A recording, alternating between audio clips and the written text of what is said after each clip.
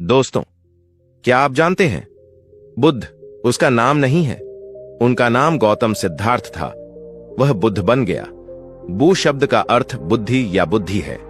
जो अपनी बुद्धि से ऊपर है वह बुद्ध है।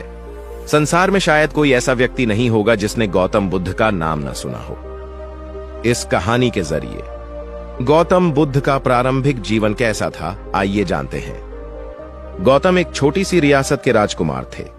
जब उनका जन्म हुआ तो किसी योगी ने भविष्यवाणी की कि वह या तो एक महान सम्राट बनेंगे या एक महान ऋषि। जब उन्होंने यह भविष्यवाणी की तो गौतम के पिता थोड़े उत्साहित हो गए। वह नहीं चाहते थे कि वह एक महान ऋषि बने। वह चाहता था कि वह एक महान सम्राट बने। उसने सोचा कि किसी कष्ट या दुख के संपर्क में आने से वह एक ऋषि बन सकता है, इसलिए उसने उसे पूरी खुशी में रखा।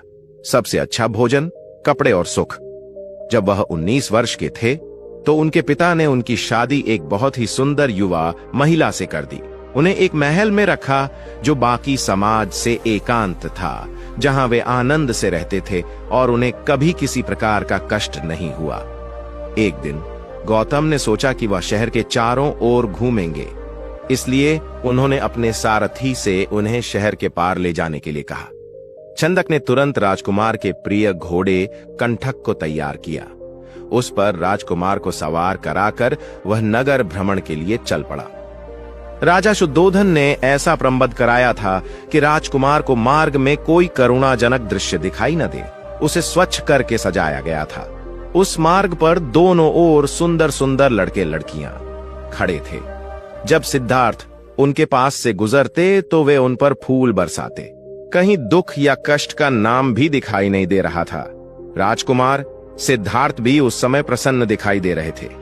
एकाएक उनकी दृष्टि कहीं दूर उठ गई।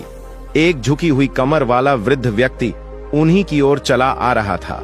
उसका मुंह झुर्रियों से भरा हुआ था, आंखें अंदर को ढंसी हुई थी, हाथ पैर कांप रहे थे।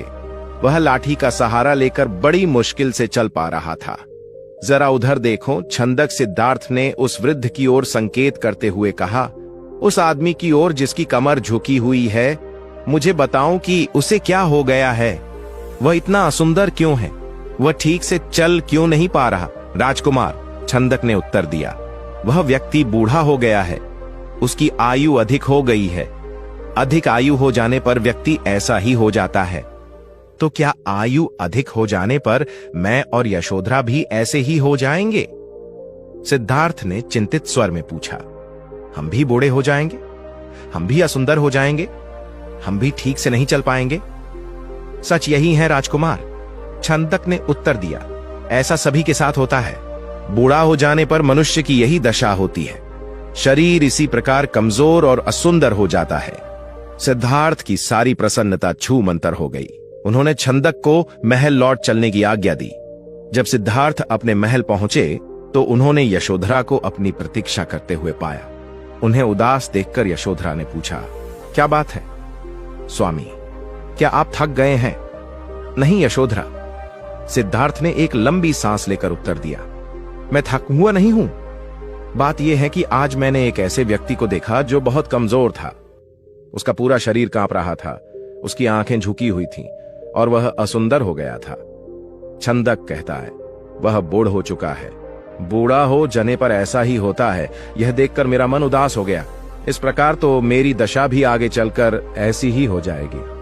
आप व्यर्थ ही दुखी हो रहे हैं। यशोधरा ने कहा, छोड़िए इस बात को, आप अपने मनोरंजन कक्ष में जाइए।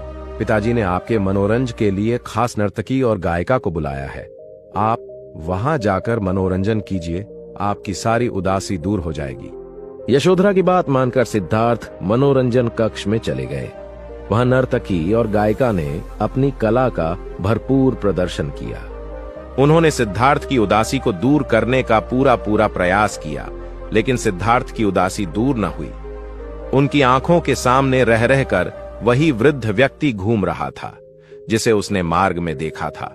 वह बार बार यह सोच रहा था कि क्या बूढ़ा होने से बचने का कोई उपाय नहीं है। कुछ दिनों बाद अचानक सिद्धार्थ ने पुनः भ्रमण की इच्छा व्यक्त की। इस बार छंदक एक रथ सजाकर ले आया। रथ पर सवार होकर सिद्धार्थ पुनः नगर की ओर भ्रमण की ओर चल पड़े।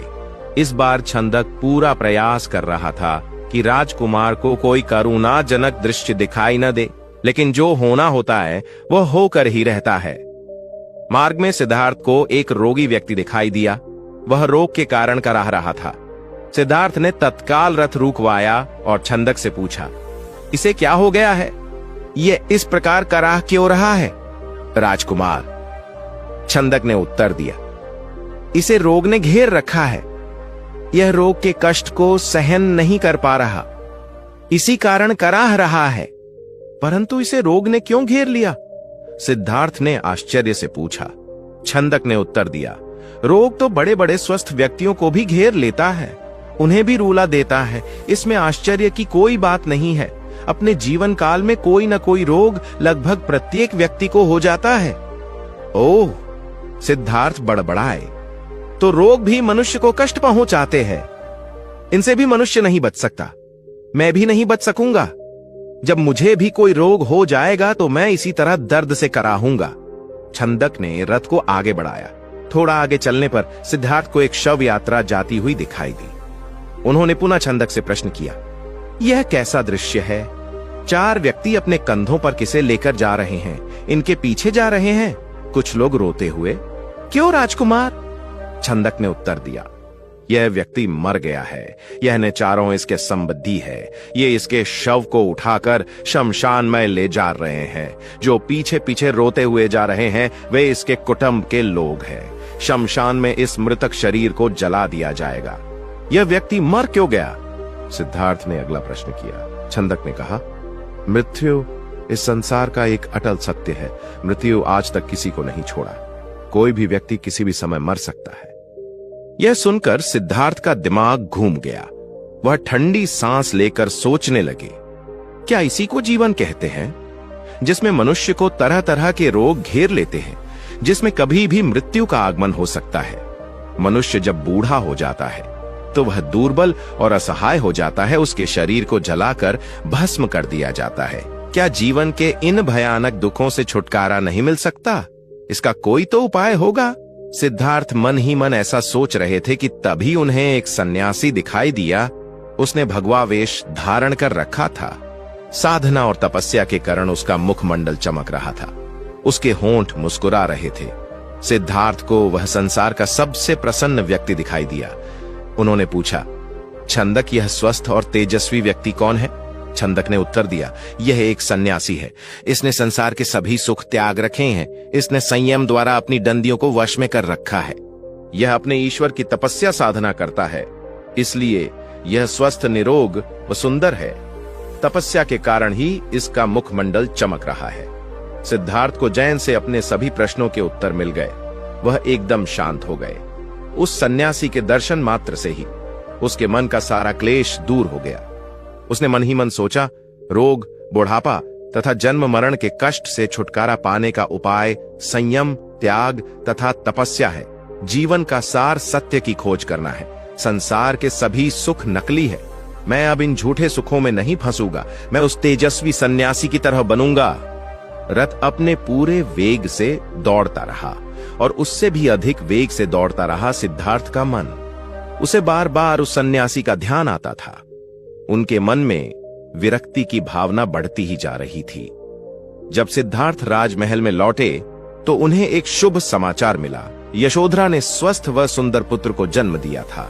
दास दासियों ने सिद्धार्थ को घेर लिया और उन्हें बधाइयां देने लगी। उन्हें यह आशा थी कि सिद्धार्थ से उन्हें पुरस्कार मिलेगा, लेकिन सिद्धार्थ पर इस शुभ सूचना का कोई प्रभाव दिखाई न दिया। चारों ओर हर्ष का सागर लहरा रहा था। पूरे राजमहल में बधाइयों के स्वर गूंज रहे थे। वहां राजा शुद्धोधन व रानी प्रजावती तो प्रसन्नता से पागल हुए जा रहे थे। वे बधाई देने वाले को मुंह मांगा पुरस्कार दे रहे थे। कपिलवस्तु में नए राजकुमार के जन्म लेने के उपलक्ष्य में नाच गाने व उत्सव होने लगे, लेकिन सिद्धार्थ को उनमें कोई रुचि न थी। वह उदास अपने भवन में घूम रहे थे। उनके मन में संघर्ष चल रहा था। वे किसी भी उत्सव में सम्मिलित नहीं हुए। अपने नवजात पुत्र से भी मिलकर सिद्धार्थ को प्रसन्नता न हुई। उनका मन सब कुछ त्याग कर शांति व सत्य की खोज करना चाहता था। एक रात आषाढ़ की पूर्णिमा का चंद्रमा पृथ्वी पर अपनी शीतल चांदनी बिखेर रहा था। राजभवन में यशोधरा अपने पुत्र को छाती से लिपटाए सुख की निद्रा सो रही थी। दासियां भी अपना कार्य समाप्त करके गहरी निद्रा का आनंद ले रही थीं। सिद्धार्थ अपने बिस्तर से एकाएक उठ खड़े हुए और भवन से बाहर चले गए। भवन से बाहर निकलकर वह सहसा ठिठके।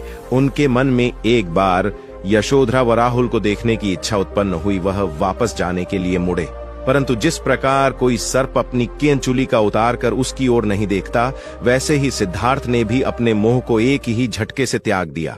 धीरे धीरे चलते हुए सिद्धार्थ वहां जा पहुंचे जहां उनका सारथी छंदक सो रहा था। सिद्धार्थ ने उसे जगाया। छंदक ने चौंक कर अपनी आंखें खोली। वह निकट बंधे कंठक घोड़े ने भी हिनहिनाकर सिद्धार्थ की ओर देखा। राजकुमार, छंदक ने नम्रता से आश्चर्य से कहा, आप और यहां, वह भी रात के इस समय? सब कुछ ठीक तो है ना? छंदक! सिद्धार्थ ने आदेश दिया, तुरंत रथ तैयार करो, मैं इसी समय राजभवन से बाहर जाना चाहता हूं। छंदक ने ध्यानपूर्वक सिद्धार्थ की ओर देखा। वह कुछ पूछना चाहता था, परंतु पूछने का साहस न कर सका। रथ को तैयार करके वह सिद्धार्थ के निकट ले आया। सिद्धार्थ रथ पर सवार हुए तथा छंदक को नगर से बाहर वन की ओर चलने के लिए कहा। चारों ओर गहरा अंधकार था। वहां सन्नाटा छाया हुआ था। जंगली जीव जंतुओं की आवाजें कभी कभी सन्नाटे को भंग कर देती। वातावरण बहुत डरावना हो जाता।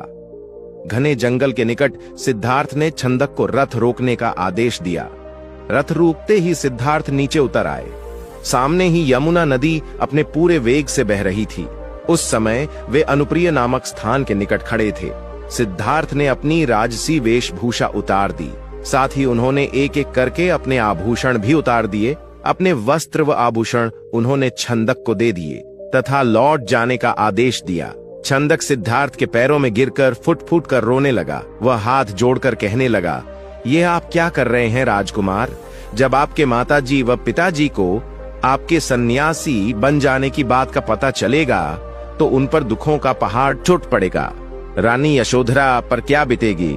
आप अपना निर्णय बदल लीजिए, मेरे साथ राजमहल लौट चलिए। बात की सूचना मिली तो वह पछाड़ खाकर गिर पड़ी। जब यशोधरा तो पता चला तो वह भी इस बात को सहन न कर सकी। वह विलाप करने लगी, हैं स्वामी, तुम बिना कहे ही घर छोड़कर चले गए। मुझसे कम से कम एक बार मिल तो लेते। क्या मैं इस योग्य भी नहीं थी? क्या तुम्हें अपने छोटे से पुत्र का भी धन नहीं आया? कम से कम उससे तो मिलकर जाते। इसके बाद यशोधरा ने भी राजसी वेशभूषा उतार फेंकी। केवल सुहाग चिन्हों को छोड़कर उसने सभी आभूषणों का त्याग कर दिया। वह साधारण भोजन करती तथा पृथ्वी पर सोती। उसकी यह दशा देखकर प्रजावती बहुत दुखी होती। वह यशोधरा को छाती से लगाकर रो पड़ती और अपने स्वास्थ्य का ध्यान रखने के लिए कहती, ये तेरे खेलने खाने की आयु है बहू, वे यशोधरा से कहती, परंतु तूने तो सिद्धार्थ की तरह ही संसार के सभी सुख छोड़ दिए। क्या यह ठीक है? इस तरह रहने से क्या तुम बीमार नहीं पड़ जाओगी? तब राहुल की देखभाल कौन करेगा? माताजी, यशोधरा उत्तर देती, मेरे पति अब सन्यासी बन चुके हैं। वे पृथ्वी पर शयन करेंगे तथा जंगली फूल फलों का भोजन करेंगे। ऐसे में भला राजभवन में सुख के साथ कैसे रह सकती हूं? आप कृपया दुखी न हो। राहुल में ही इसके पिताजी की छवि को देखें, इससे आपको शांति मिलेगी। प्रजावती राहुल को छाती से लिपटाकर रो पड़ी। सिद्धार्थ के चले जाने के बाद कपिलवस्तु का हर व्यक्ति उदास हो गया। राजमहल में तो दुख का साम्राज्य ही स्थापित हो गया। ऐसे में केवल नन्हे राहुल की लिकारियां ही राजमहल में गूंजती तथा सबका मन बहलाती।